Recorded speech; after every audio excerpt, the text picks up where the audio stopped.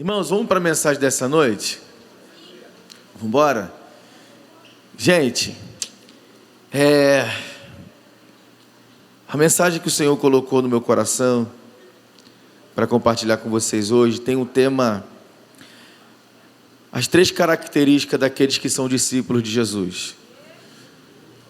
É óbvio que são várias as características, né, de um discípulo, mas eu peguei 3 que me chamam muita atenção. Hoje eu estava orando ao Senhor à tarde, pedindo ao Senhor uma mensagem para poder compartilhar com vocês, e o Senhor me trouxe essa mensagem: as 3 características daqueles que são discípulos de Jesus. Olha para essa pessoa aí que está do seu lado, vê se você consegue enxergar nela alguma característica de Jesus. De repente, se você convive com a pessoa, é melhor ainda para identificar, irmão.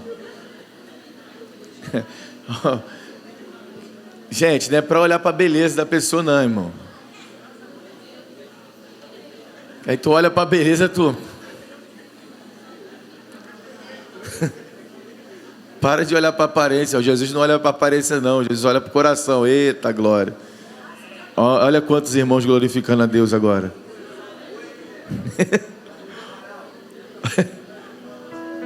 Aí já falaram assim: aí Guilherme, graças a Deus, hein? Deus olha para o interior.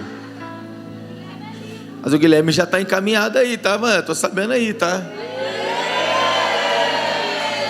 Deixa eu passar o olho para ver se a varoa está por aqui. Opa, já vi. Eita, terra prometida. Calabash. A terra prometida está aí, Guilherme. Ela falou que está esperando o Guilherme assinar contrato com algum clube para oficializar. Ó, ele já passou no teste do Macaé, já está lá. Só falta assinar o contrato. Assinou o contrato, Guilherme, ó. Pastor apresenta a bênção. Aleluia. Glória a Deus. Bom, irmãos,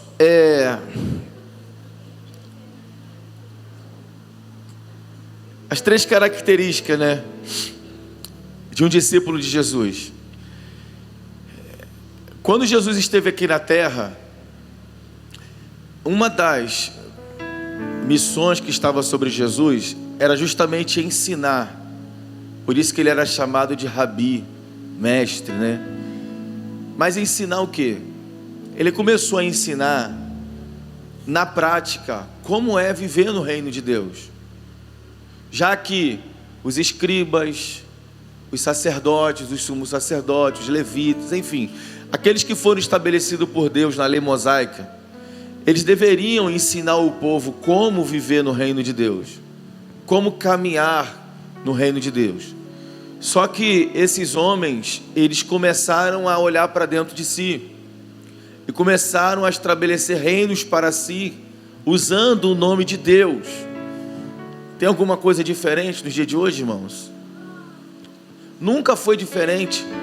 Existe um livro que é muito difícil de achar em editora, mas o nome é O Caos na Sociedade nos Dias de Jesus.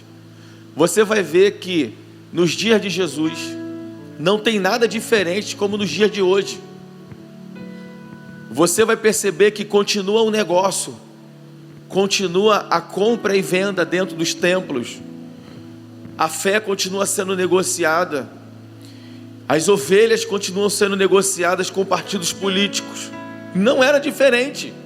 Se você for buscar na história bíblica, você vai ver que havia os partidos dos Césares, os partidos dos Herodianos, e por aí vai, os partidos judaicos.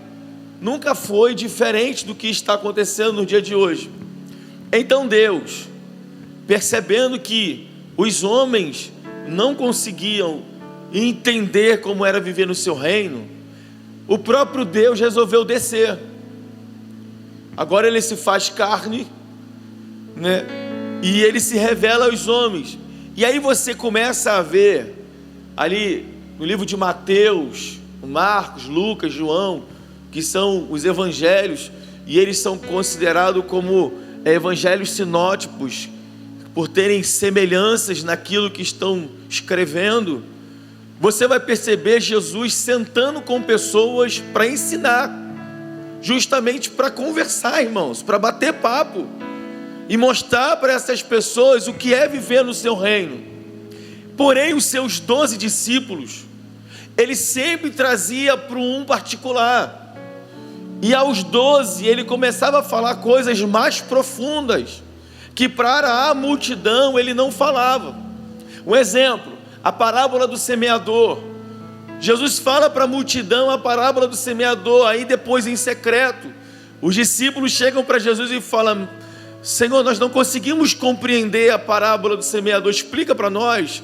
E Jesus começa a dizer: olha, a semente é o reino de Deus, é a palavra.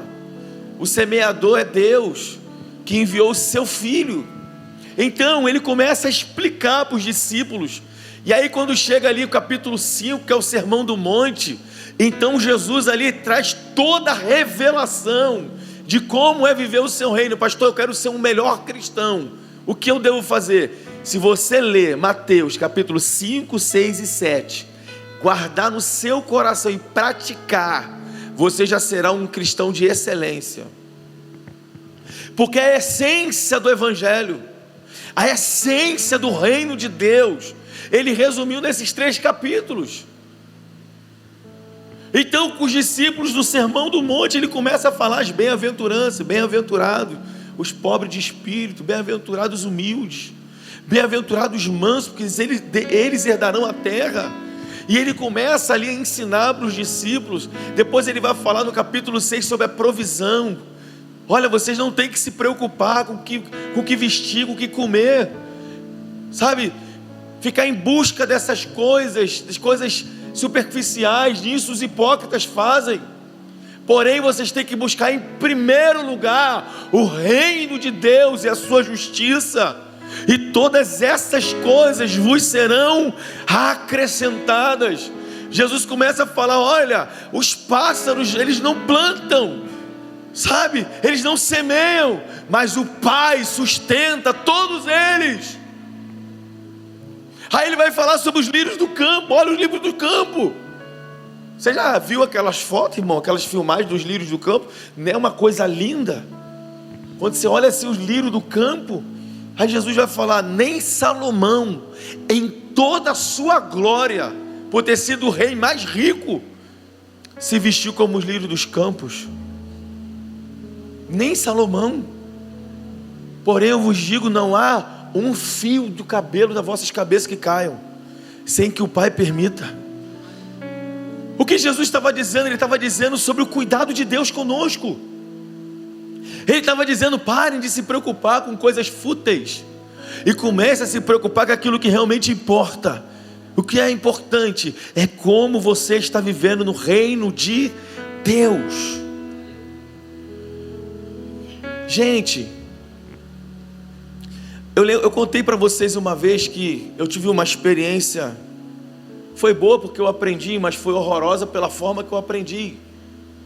Que eu acordei, o Senhor me acordou, era 4 e pouca da manhã, e eu fui tirar um momento de oração com o Senhor.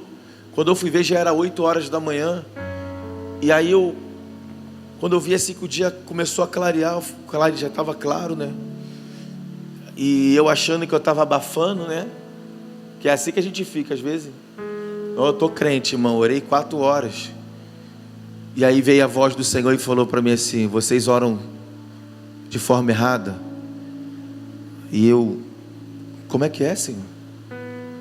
Mas depois desse tempo todo, o Senhor vocês oram pedindo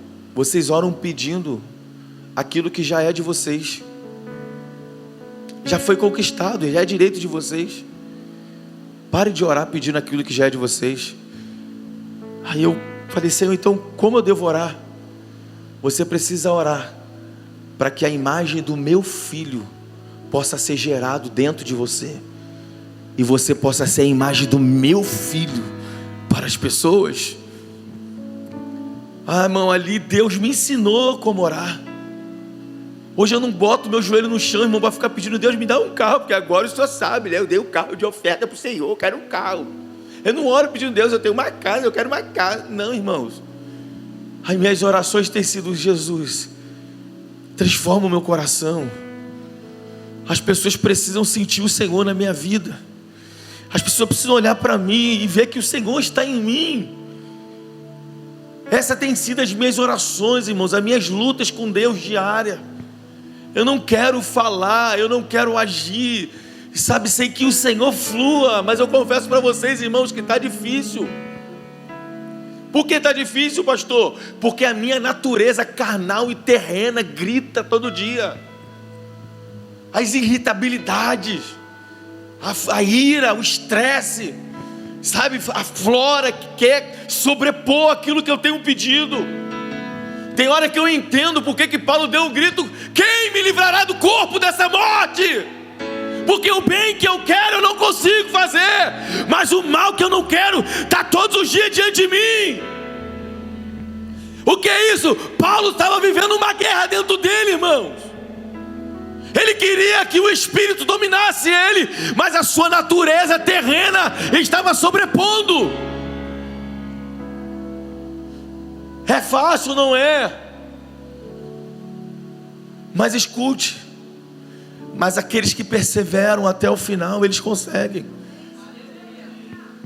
Olha para essa pessoa que está do seu lado e fala: nós precisamos se parecer com Jesus. É isso que Deus quer da igreja, irmãos. E aí o Senhor, essa tarde, fala comigo: olha, eu vou falar para você pelo menos 3 características de alguém que é meu discípulo, de alguém que está comigo. E o Senhor começou a falar comigo em Marcos capítulo 11. Se você quiser abrir, você pode abrir Marcos capítulo 11, versículo 12 e 13. Se não, só abre aqui o texto para mim. Eu vou falar algumas passagens bíblicas, mas eu vou tentar ser bem rapidinho naquilo que eu vou estar lendo. Marcos capítulo 11, versículo 12 e 13. No dia seguinte, quando estavam saindo de Betânia, Jesus teve fome. Vendo à distância uma figueira com folhas, foi ver se encontraria nela algum fruto. Aproximou-se dela, nada encontrou, a não ser folhas, porque não era tempo de figos. Então ele disse: ninguém mais coma de seu fruto. E seus discípulos ouviram ele dizer. Algumas pessoas, a linguagem bíblica vai dizer: e ele amaldiçoou aquela figueira. Quando ele volta, mais à frente você vai ver a partir do versículo 20, quando ele volta pelo mesmo caminho, os discípulos vão ver a figueira seca, totalmente seca, e eles vão ficar maravilhados, porque Jesus liberou uma palavra de sentença sobre aquela figueira e ela secou. Aí o Senhor falou para mim, irmãos, nessa tarde, que uma característica daquele que é discípulo dele, qual é, pastor? A sua árvore, ela é frutífera. Se você é um obreiro de Deus, você tem que ser um obreiro frutífero. Se você é um jovem de Deus, você tem que ser um jovem frutífero. Se você é um homem ou uma mulher de Deus, o seu lar precisa ser frutífero. Tem que produzir frutos para Deus. Escute isso, irmãos. Por que Jesus amaldiçoou aquela figueira? Escute isso que eu anotei aqui. Ele amaldiçoou aquela figueira porque ela tinha a aparência de ter frutos, mas na verdade ela não tinha. Por que ela não tinha frutos? Porque estava fora da época de ter figos. Escute isso aqui. Não estava na época de ter figos. Só que quando a figueira está com a sua folhagem chamando a atenção, verdejante, ela está anunciando que ela tem fruto. Então quando Jesus olha para as folhagens, ele diz: ali tem fruto. Por quê? Porque a figueira está anunciando que tem fruto. Mas quando ele chega perto da figueira, ele olha e fala: ué, é só folha, não tem fruto.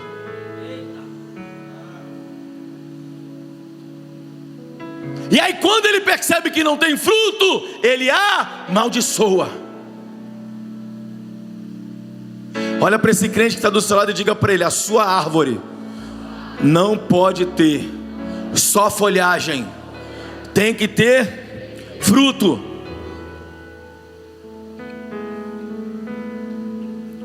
Aí João, abre para mim João capítulo 15, do versículo 1 ao 4. Você vai entender melhor o que Jesus está querendo dizer. Isso, meu irmão, isso é assustador. Porque a árvore anunciava: eu tenho fruto. Não é assim que um monte de crente faz? Eu sou homem de Deus, eu sou mulher de Deus, cadê teu fruto? A árvore, ela estava anunciando ter fruto, mas quando Jesus chega perto, não tinha fruto nenhum. Olha para esse crente que está do teu lado e fala: a Deus você não vai enganar nunca. Aí em João, Jesus explica melhor para a gente: olha, eu sou a videira verdadeira. Se ele está dizendo eu sou a videira verdadeira, é porque tem falso. Porque não teria necessidade dele deixar bem claro: eu sou a verdadeira,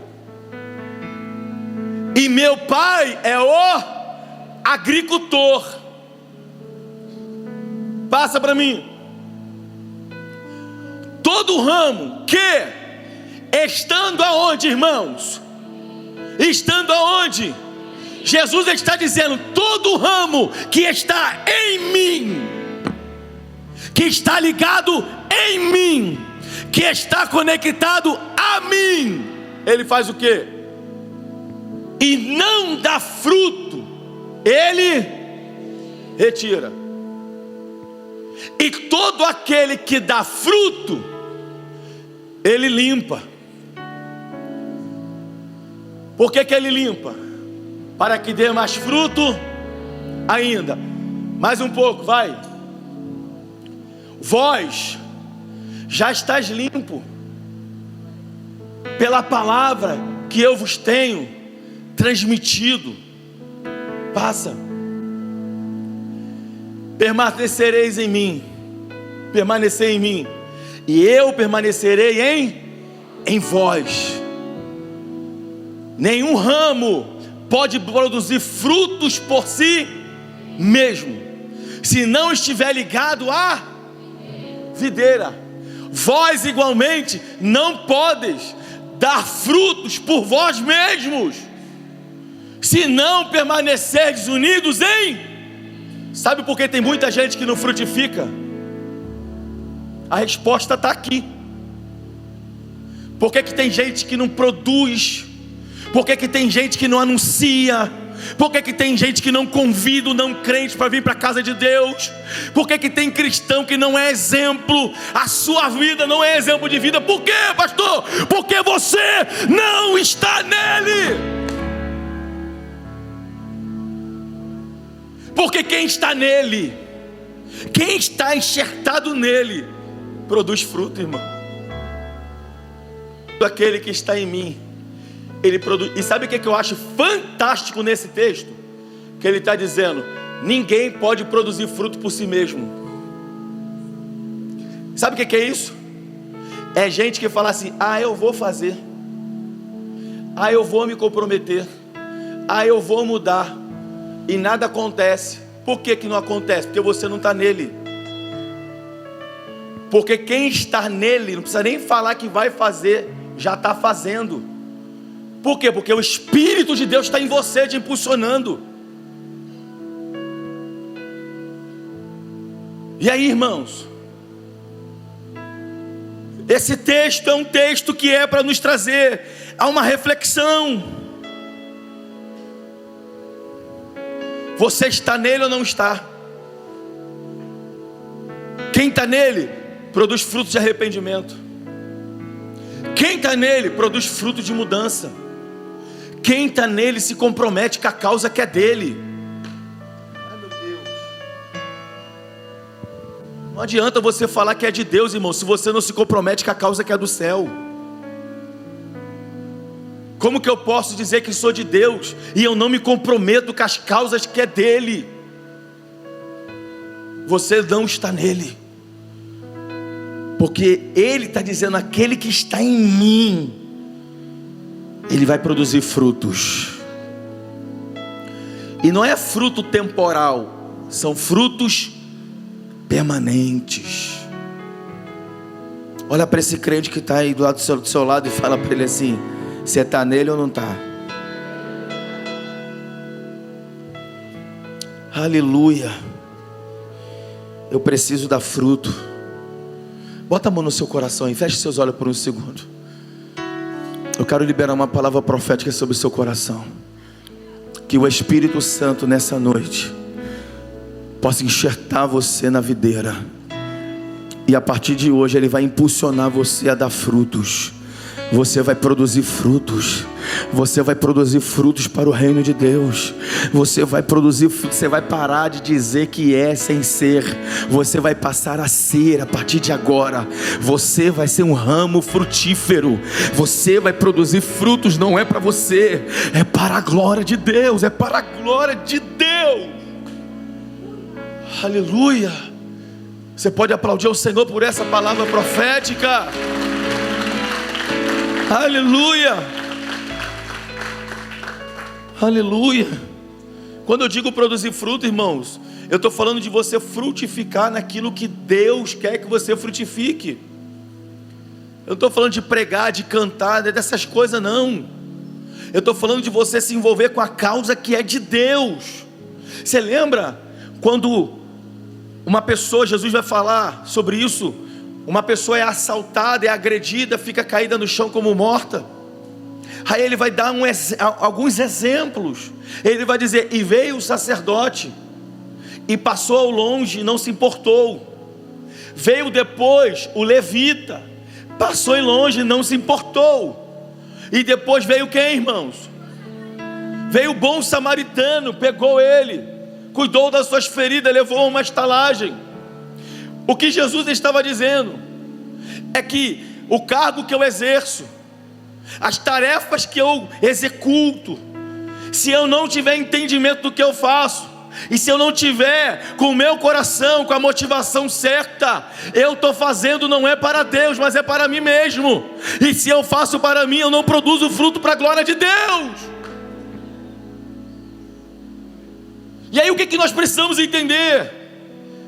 Que o sacerdote, ele precisa ser exemplo para o levita, e não o levita exemplo para o sacerdote. Por quê? Porque uma vez que ele virou um sacerdote, ele já passou pelo ofício levítico. Por que o levita tem o mesmo comportamento do sacerdote? Porque ele olha para o sacerdote e diz: não é exemplo para mim. Só que ao invés de ele fazer diferente, ele copia o exemplo do sacerdote. Então, o ofício levítico e o ofício sacerdotal precisavam ter amor naquilo que estavam fazendo. Amor por quem, irmãos? Não é pelo cargo do sacerdote, muito menos pelo cargo do levita, mas pelas almas que estão caídas pelo caminho. Aleluia. Olha para essa pessoa que está do seu lado e fala assim: o que Deus quer é que você se comprometa, que você se envolva com aquilo que é importante para Deus. Aleluia. Aleluia, gente. Tem um monte de gente dizendo: eu estou fazendo a obra de Deus, eu estou fazendo a vontade de Deus. Mas se você não se comporta, se você não se importa com alguém que está caído no caminho, você está fora. Você está fazendo qualquer coisa, menos produzindo frutos para Deus. E tem um monte de gente fora da videira dizendo que está na videira, irmão. Segunda característica, primeira característica: eu preciso ser uma árvore frutífera. Eu vou voltar aqui. Quanto tempo tu tem de crente, irmão? Quanto tempo você senta? Vou ficar só aqui, nessa cadeira. Quanto tempo você tem vindo aos cultos? Há quanto tempo você ouve palavras de avivamento nesse lugar? Há quanto tempo você sente Deus na adoração nesse lugar? E há quanto tempo você não produz um fruto?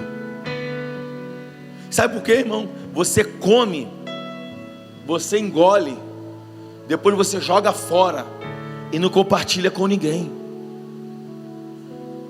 Por isso que você está sendo uma árvore que não está produzindo fruto. Aí deixa eu te dar um recado de Deus nessa noite. O agricultor, a qualquer momento ele passa. E Jesus disse, e o agricultor vai cortar todo o ramo que não está produzindo fruto.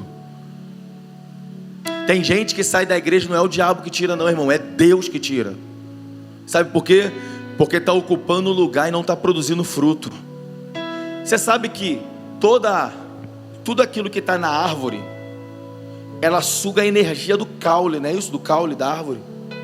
Vai sugando os nutrientes do caule, da terra. Então se você é um galho que só está sugando a vitamina da árvore, o agricultor vai te cortar.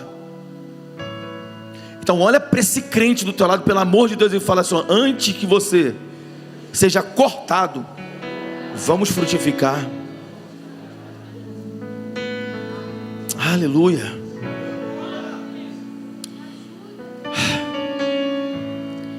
Segunda característica de um discípulo de Jesus: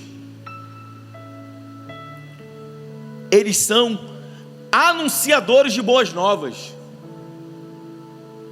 Como eu posso dizer, Helder, que eu sou discípulo de Jesus, se eu não consigo entender Mateus 28?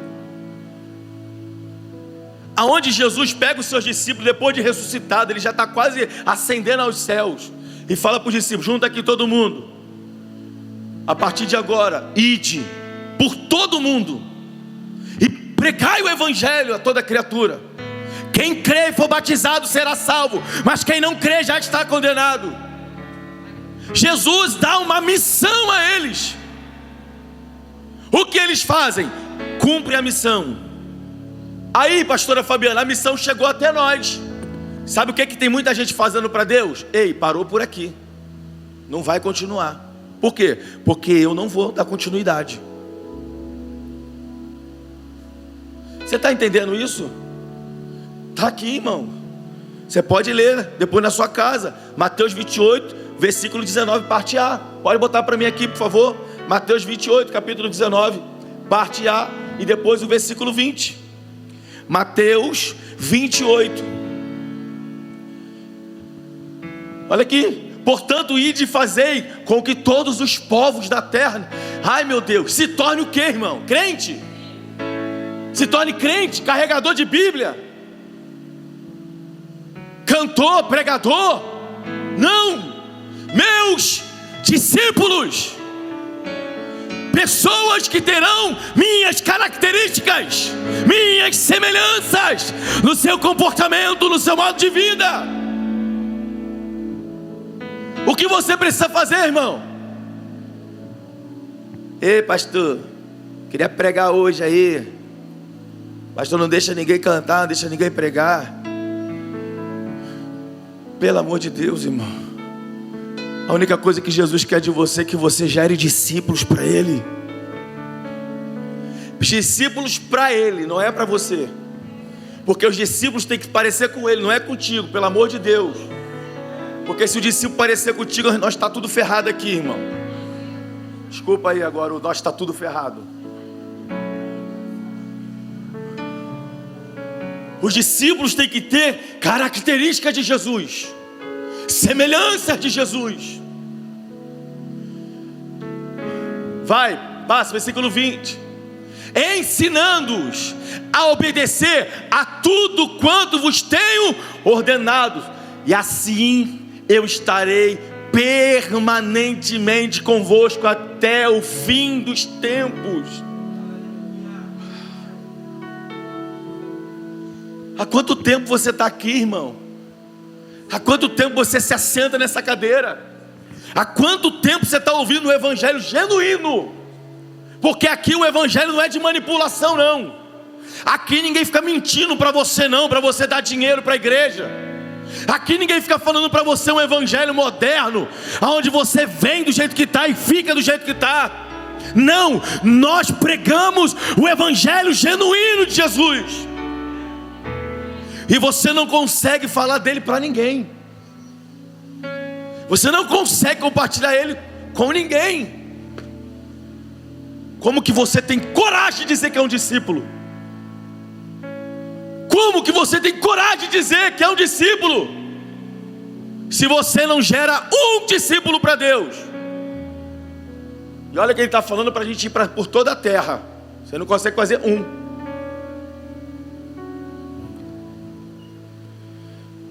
Bota para mim aqui Atos 17, versículo 1 ao 6. A mensagem hoje é para os discípulos refletirem, e para aqueles que não são discípulos se tornarem um discípulo. Amém, gente? Atos 17, escute isso, irmão. Esse texto me deixou maluco. Versículo 1 em diante, ó. E tendo passado por Anfípolis e Apolônia, chegaram a Tessalônica, onde havia uma sinagoga judaica. Escute isso. Como fazia habitualmente, Paulo foi à sinagoga e por 3 sábados argumentou com aquele grupo de pessoas com base nas escrituras, explicando e comprovando que se fez necessário que o Cristo padecesse e ressuscitasse dentre os mortos, e proclamava: este Jesus que vos anuncio é o Messias. O que Paulo está fazendo, irmão? Anunciando. Olha, assim alguns dos judeus foram convencidos e se uniram a Paulo e Silas, bem como uma multidão de gregos obedientes a Deus, e diversas senhoras da alta sociedade do local. Porém, os líderes judeus sentiram-se forte inveja e reuniram alguns homens perversos dentre os desocupados.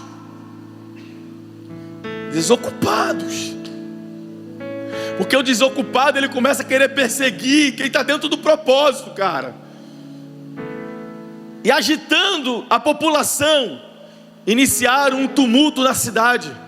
Invadiram a casa de Jason, sei lá, alguma coisa aqui, Jason, em busca de Paulo e Silas, com o objetivo de arrastá-los para o centro do ajuntamento da multidão. Todavia, não os encontrando, agarraram Jason e alguns outros irmãos e os entregaram aos governantes da cidade, exclamando: estes que têm causado alvoroço em todo o mundo, agora chegaram também aqui.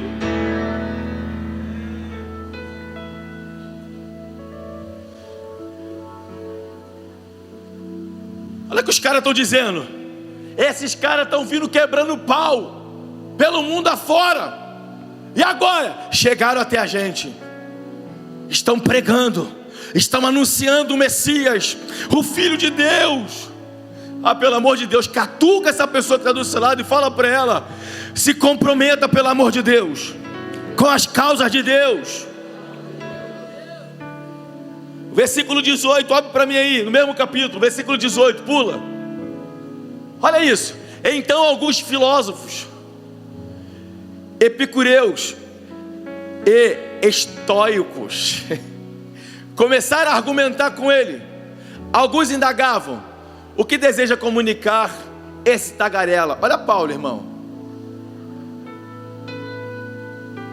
Sabe, eu preciso ser um cristão gente boa. Aqui não é lugar de falar de Jesus para as pessoas.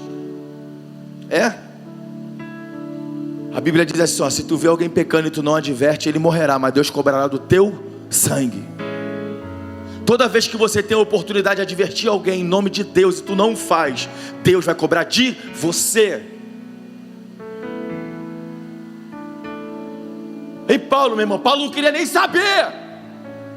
Deixa me chamar de falastrão, deixa falar o que quiser, que eu sou doido, que eu sou maluco. mas eu entendo a missão e eu estou comprometido com ela. Você precisa, diga para essa pessoa que está do seu lado, você precisa despertar e se comprometer com a missão do céu. Outros comentavam: parece ser um anunciador de deuses estranhos, pois Paulo lhes pregava as boas novas de Jesus e a ressurreição. Uma característica do discípulo: ele se compromete em anunciar as boas novas da ressurreição de Jesus Cristo, aonde quer que ele passe. Seja você um anunciador, meu irmão. Não feche a tua boca, não trave a sua boca. A sua boca precisa ser uma voz profética nesses dias, para anunciar: é chegado o reino de Deus, arrependei-vos. Arrependei-vos. Aleluia. A segunda característica de um discípulo: ele é um anunciador das boas novas. Aleluia. Terceira característica e última de um discípulo: eles buscam ser parecidos com Jesus. Eu sou assim mesmo, eu nasci assim, vou morrer assim, eu sou Gabriela.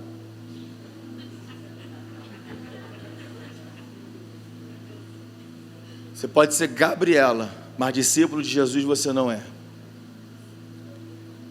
Porque os discípulos de Jesus, eles constantemente estão vasculhando seu coração, estão dizendo para Deus: muda mais um pouco, me transforma mais um pouco.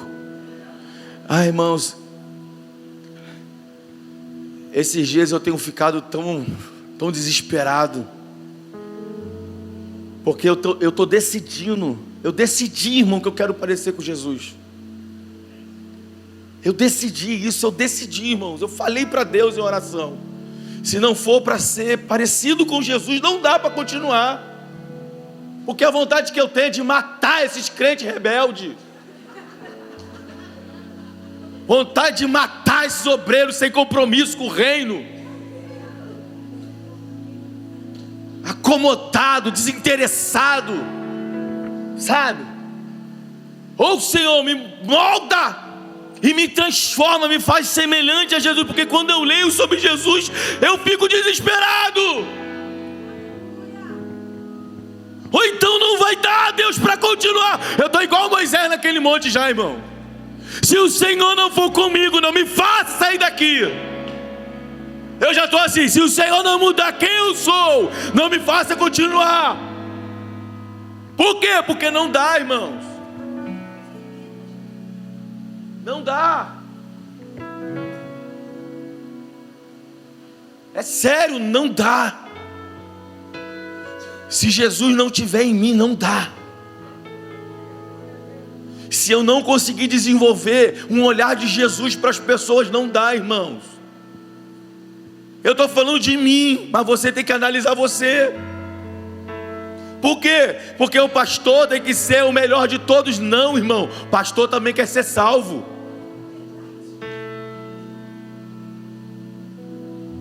Todos nós estamos em caminho da salvação. A diferença é que Deus me chamou para ensinar aquilo que Ele faz comigo ao povo. Eu falei isso aqui na sexta-feira, ou sei lá qual dia, que primeiro Deus permite eu passar as experiências, para depois falar para vocês: olha, vem por aqui, porque por aqui você vai se dar bem. Oh, vai por aqui não, aqui tu vai se arrebentar, cabeção. Olha o que...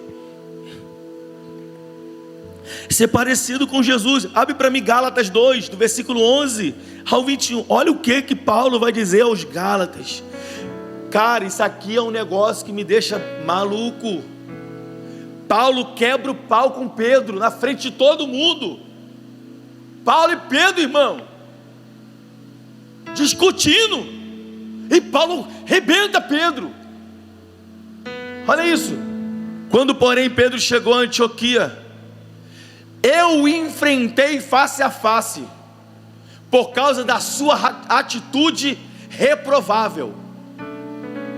Paulo julgou a atitude de Pedro reprovável na frente de todo mundo e falou: opa, o que você está fazendo, cara? Escute por que Paulo vai dizer isso, olha. Porque antes de chegarem alguns da parte de Tiago, ele fazia suas refeições na companhia dos gentios. Todavia, quando eles chegaram, Pedro foi se afastando até se apartar dos incircuncisos, apenas por temor aos que defendiam a circuncisão. Aqui, Pedro estava ali na moral, né? Começou a chegar alguns crentes cheios do Espírito Santo, Tiago. Aí Pedro olhou que ele estava no meio dos caras que não eram judeus. Ó Pedro, ó. Foi se afastando. Aí Paulo, só olhando para ele, só reparando na atitude dele, de acepção. Aí Paulo, Pedro, vou te pegar, Pedro. Ó, passa para mim. E os outros judeus, de igual modo, se uniram a ele nessa atitude.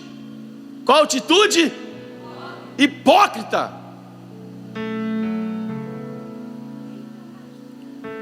De modo que até mesmo Barnabé se deixou influenciar. Ei, irmão, Paulo traz tudo para a luz, não traz? Passa para mim. Contudo, assim que percebi que não estavam se portando de acordo com a verdade do Evangelho, é isso aqui, cara, com a verdade do Evangelho, com aquilo que Jesus nos ensinou, repreendi a Pedro diante de todos: se tu, sendo judeu, vive como gentios e não conforme a tradução judaica, por que obriga os gentios a viver como judeus? Paulo vai para dentro de Pedro, irmão. Passa. Nós, judeus de nascimento, e não pecadores como gentios, estamos plenamente conscientes, entretanto, que o ser humano não pode ser justificado pela prática da lei, mas somente por meio da fé em Jesus Cristo. Sendo assim, nós também viemos a crer em Cristo Jesus, a fim de sermos justificados pela fé em Cristo, e de forma alguma pela prática da lei, porquanto é certo que por praticar a lei, ninguém será capaz de ser justificado. Pedro, sabe o que Paulo está dizendo? Se for por causa da lei, todos nós seremos condenados, porque ninguém aqui é irrepreensível quanto à lei, mas todos nós seremos salvos pela graça de Deus. Pedro, é pela graça. Aleluia, alguém está sentindo ele aqui? Aleluia, é pela graça. Aleluia. Por que Paulo está dizendo isso, irmãos? Porque se eu julgo pela lei, eu me julgo merecedor. Porque uma vez que eu pratico a lei, eu estou dizendo: eu sou digno da salvação eterna. Mas Paulo está querendo dizer para ele: ainda que você pratique, cara, você não é digno de nada, cabeção. Você está sendo salvo pela graça, Pedro. Seu pescador, seu analfabeto. Eu tenho dupla nacionalidade, rapaz. Eu sou culto, eu sei o que eu estou falando. Você não é nada, você não é ninguém, Pedro. Você era um analfabeto, ele te escolheu, cara. Ele te chamou para o seu propósito. Agora você está querendo dizer quem vai ser salvo? Não, Pedro, todos serão salvos pela fé em Jesus Cristo, porque a fé é pela graça, a fé é pela graça de Deus, é pela graça, é pela graça, é pela graça de Deus, Pedro. Aleluia, aleluia. Vamos continuar lendo. Contudo, se buscando ser justificados em Cristo, descobrimos que nós mesmos somos pecadores. Será que Cristo é então ministro do pecado? De forma alguma, passa. Ora, se procuro reconstruir aquilo que já destruí, provo que sou transgressor. Passa. Pois, por intermédio da lei, eu morri para a própria lei, com o propósito de viver então somente para Deus. Fui crucificado juntamente com Cristo, Pedro. E desse modo, já não sou eu quem vive, mas Cristo vive em mim. Cristo vive em mim. Cristo vive em mim. E essa nova vida que agora vivo, Pedro, no corpo, eu vivo exclusivamente pela fé no Filho de Deus, que me amou e se sacrificou por mim.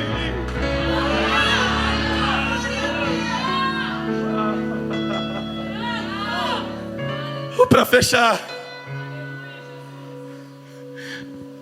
não torne inútil a graça de Deus, Pedro, porquanto, se a justiça pudesse ser estabelecida pela lei, então Cristo teria morrido em vão.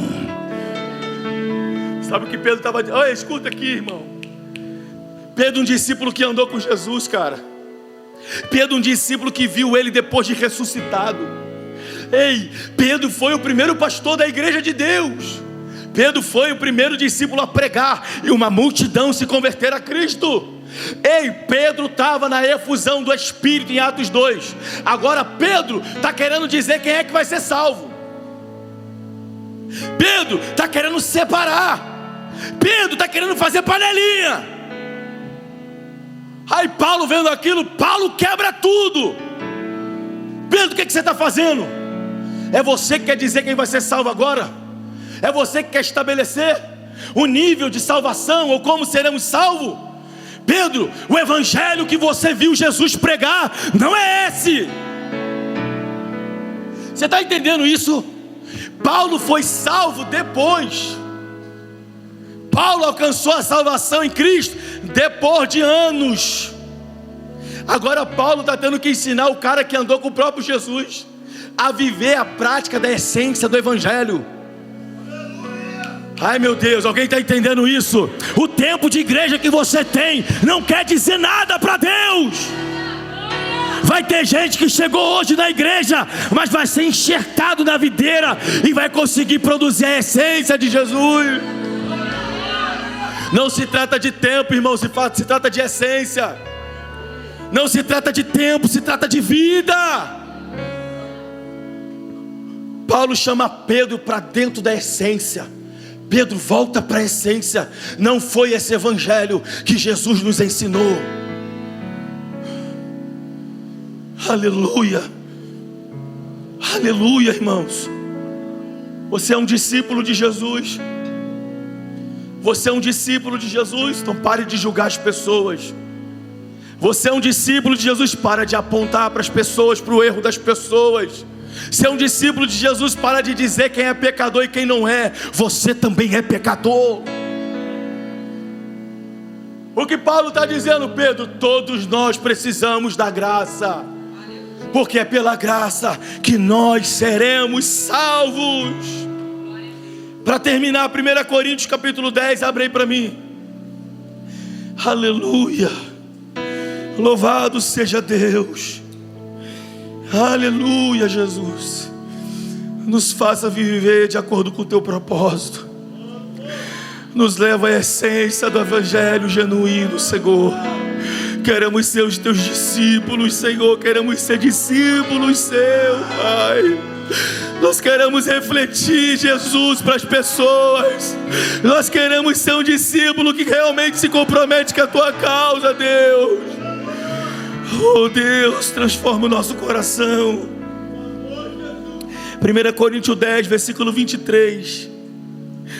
Olha o que Paulo vai dizer à igreja dos Coríntios. Sim, tudo é permitido, porém nem tudo é proveitoso. Sim, todas as coisas me são lícitas, contudo, nem todas elas são edificantes. Olha isso. Um discípulo de Jesus, irmãos, ele tem responsabilidade com as suas atitudes. Você não pode sair fazendo as coisas e dizer: ninguém tem nada a ver com a minha vida, Ninguém tem nada a ver, eu faço o que eu quiser. Não, você é um discípulo. Todas as coisas te é permitido, mas sabe, nem todas as coisas vão edificar. Olha o que Paulo continua dizendo: e ninguém deve buscar o seu próprio bem, mas o bem do seu. Se eu busco o bem do meu próximo, eu não posso dizer ninguém tem nada a ver com a minha vida. Se eu busco o bem do meu próximo, eu não posso dizer dane-se, está olhando para mim porque quer. Não, eu preciso edificar a vida do meu irmão. Oh, meu Deus. Continua. Comer de tudo o que se vende no mercado, sem questionamentos por causa da consciência. Ou seja, não há pecado eu comer qualquer coisa que eu compre no mercado. Passa. Porquanto do Senhor é a terra e tudo que nela existe. Se portanto algum descrente vos convidar para uma refeição e quiser dizer, comei de tudo que vos for servido, sem nada questionar por motivo de consciência. Passa. Mas se alguém vos prevenir, isto foi oferecido a um ídolo em sacrifício, nesse caso não comais, por causa daquele que vos avisou e por motivo de consciência. Ó, isso aí foi oferecido, vai comer? É, Deus corta todo o mal. Aí depois fica todo imacumbado e dizendo, ué, mas a Bíblia não diz se comer alguma coisa mortífera não vos fará dano algum. Mas se a consciência está dizendo para você, não coma que é errado, é sacrifício a ídolos, como é que você vai comer? Passa. Não me refiro à vossa própria consciência, mas da consciência da outra pessoa. Pois, por que a minha liberdade deve ser julgada pela consciência dos outros? Olha isso, passa. Se participo da refeição com ação de graças, por que sou condenado por algo pelo qual posso dar graças a Deus? Pode ir. Assim seja comendo, seja bebendo, seja fazendo qualquer outra coisa, fazei tudo para a glória de Deus. Tudo para a glória de Deus. Passa para mim. Não vos tornei motivo de tropeço, nem para judeu, nem para gregos, nem para a igreja de Deus. Se eu sou um discípulo de Jesus, irmãos, eu não posso servir de tropeço para o meu irmão. Eu não posso ser pedra de tropeço para os irmãos, para aqueles que estão lá fora. Eu não posso, eu preciso ser um exemplo. Passa para mim. Também eu procuro agradar a todos de todas as maneiras possíveis, porquanto não estou em busca do meu próprio bem, mas procuro o bem de muitos, para que sejam. Isso é um discípulo. Isso é um discípulo. Ele não está em busca do seu próprio bem, mas ele está buscando edificar a vida dos irmãos. Para quê, pastor? Para que alguns sejam salvos. Eu preciso, irmãos, eu preciso mudar as minhas atitudes, sabe? É para eu me sentir bem. Não, é para que você possa ser tocado por Deus. Para que você, ao olhar para o pastor, fale, cara, meu pastor é um homem de Deus, cara. O meu pastor é comprometido com a Bíblia, com a verdade de Deus. Quando você chega a esse entendimento, eu estou conseguindo cumprir o meu propósito como discípulo, eu estou edificando você. Você está entendendo, irmão? Você precisa parar e entender que você precisa ser um discípulo. Precisamos ser um discípulo. Agora capítulo 11, o versículo 1. E eu termino a minha mensagem dessa noite. Paulo vai dizer: sede meus imitadores, como eu sou de Cristo.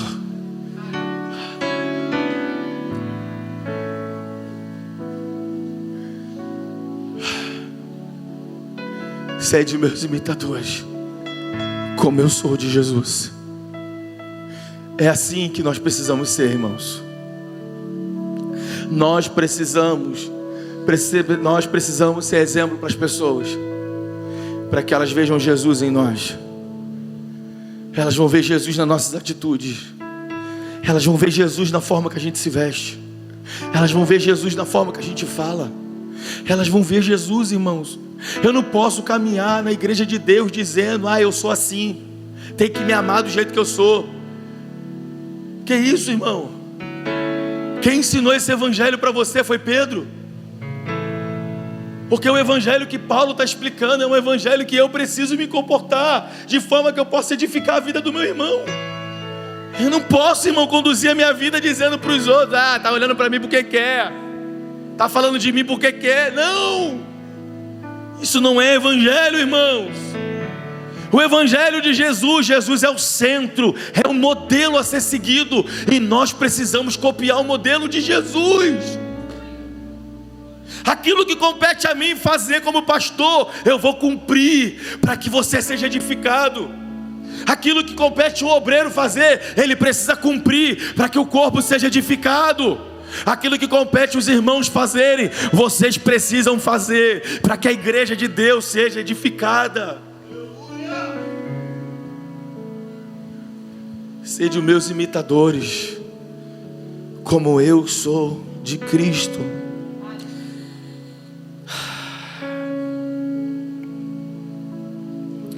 Eu concluo dizendo: ser um discípulo de Jesus se torna possível quando eu entendo que não posso mais prosseguir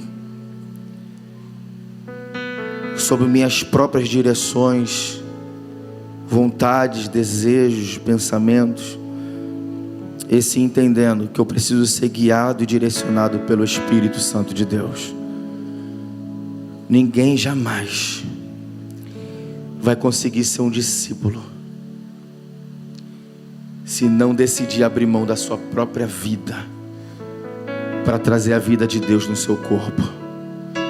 Por isso Paulo, Romanos 12 vai dizer: eu rogo-vos, irmãos, que apresentei os vossos corpos como um sacrifício vivo, santo e agradável, que é o vosso culto racional. E assim experimenteis qual é a boa, perfeita e agradável vontade de Deus em Cristo Jesus. Vou dizer de novo: rogo-vos, eu faço um apelo a vocês, que apresenteis os vossos corpos como sacrifício santo, vivo, agradável, que é o vosso culto racional. E assim experimenteis qual é a boa, perfeita e agradável vontade de Deus. Eu queria que toda a igreja ficasse de pé.